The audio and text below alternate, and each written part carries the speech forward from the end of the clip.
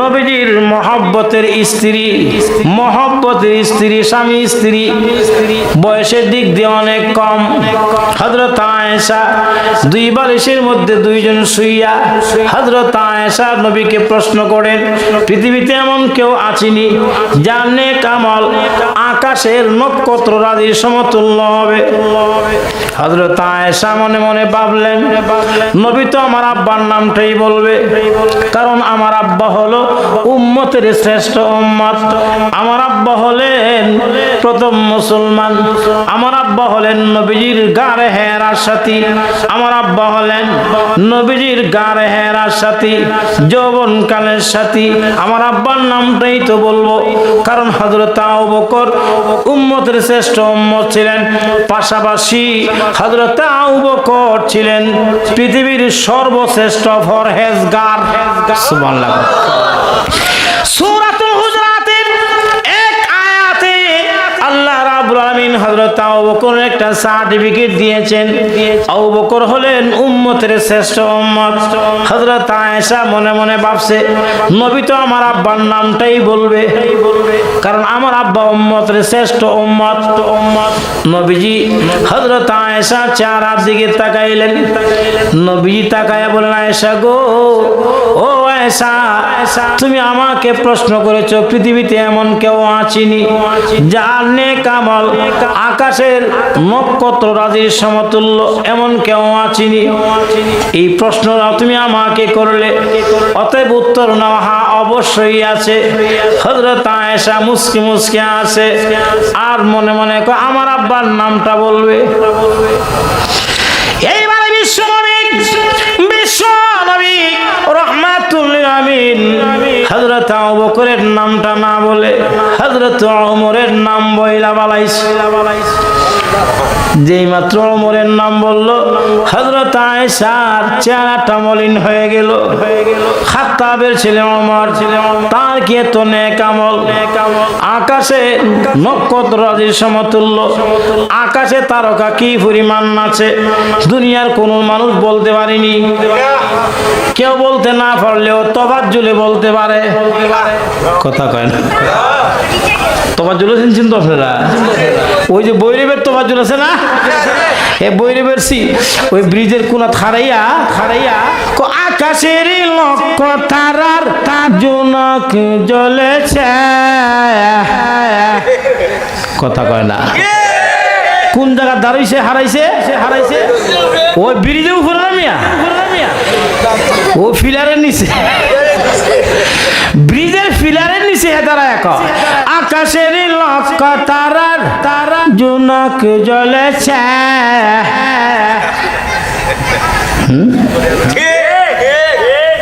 আকাশের লক্ষ তারার জোনাক জ্বলছে, এই কথা যদি কেউ বলে তাহলে বোঝা গেল আল্লাহর ক্ষমতা মনে হয় লক্ষ তারার মধ্যেই সীমিত। কথা কোন ঠিক না?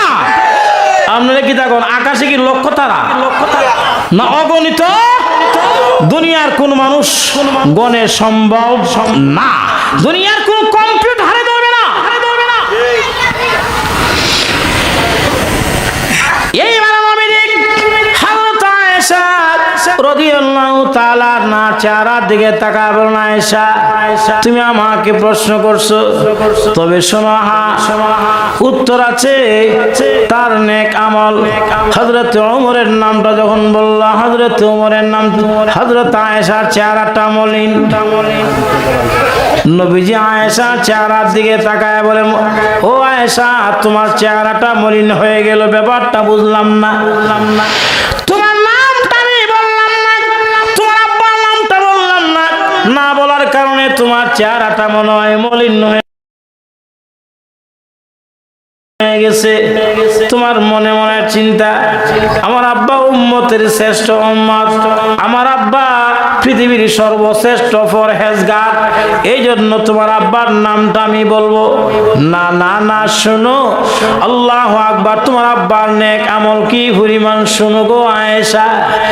আল্লাহু আকবার, অন্যদের নেক আমলের তুলনা পৃথিবীর বস্তুর সাথে তুলনা দেওয়া যায়, অন্যদের নেক আমলের তুলনা দুনিয়ার বস্তুর সাথে তুলনা দেওয়া যায়, কিন্তু হযরত আবু বকর কি পরিমাণ নেক আমল, আয়েশা শোনো গো, হযরত আবু বকর এই পরিমাণ নেক আমল দুনিয়ার কোন বস্তুর সাথে হযরত আবু বকরের নেকের তুলনা দেওয়া যায় না।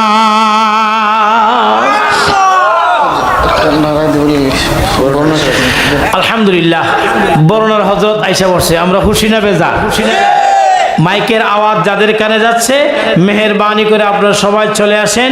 অলি ইবনে অলি, যাদের চেহারার দিকে তাকাইলে জান্নাতের কথা স্মরণ হয়। আল্লাহু আকবার।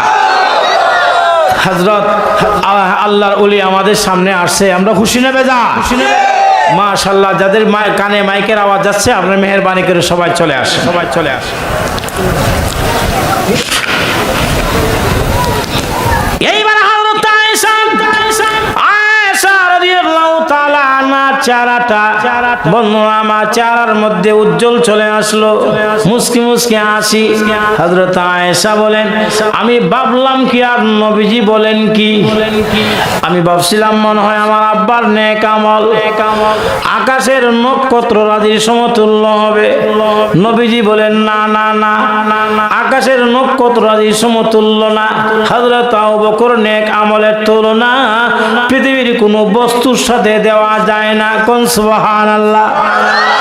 সেই সিদ্দিক আকবর রাদিয়াল্লাহু তাআলা একটা ছাগলকে ধরলো, ছাগলের গলার মধ্যে ধরে হযরত আবু বকর কান্দে, দুইটা চোখ থেকে জর্জর করে পানি পড়তে আছে, ছাগলের গলায় ধরে কান্দে।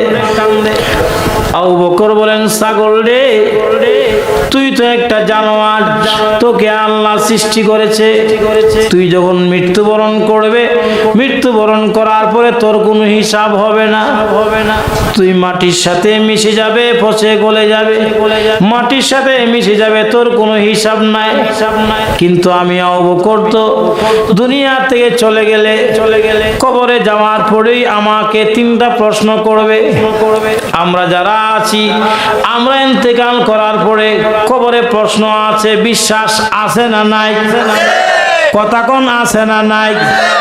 কে কে বিশ্বাস করেন হাত তুলেন, হাত তুলেন। আল্লাহ সবাইকে কবুল করো, জোরে বলেন আমিন।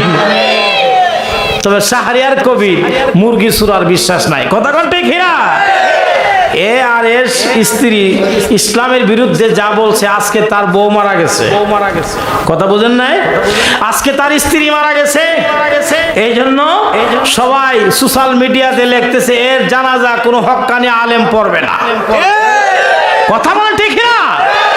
বাংলাদেশে কয়েকদিন আগে এক বামপন্থী রাজনীতি করত মঈনুদ্দিন খান বাদল, সে বাংলাদেশের শীর্ষস্থানীয় ওলামায়ে কেরাম থেকে নিয়ে আল্লামা আহমদ সুফি সাহেব থেকে নিয়ে যত বড় বড় আলেম আছে, সমস্ত আলেমদেরকে কুত্তার বাচ্চা বলে গালি দিয়েছিল। চিৎকার দেবেন নাউজুবিল্লাহ।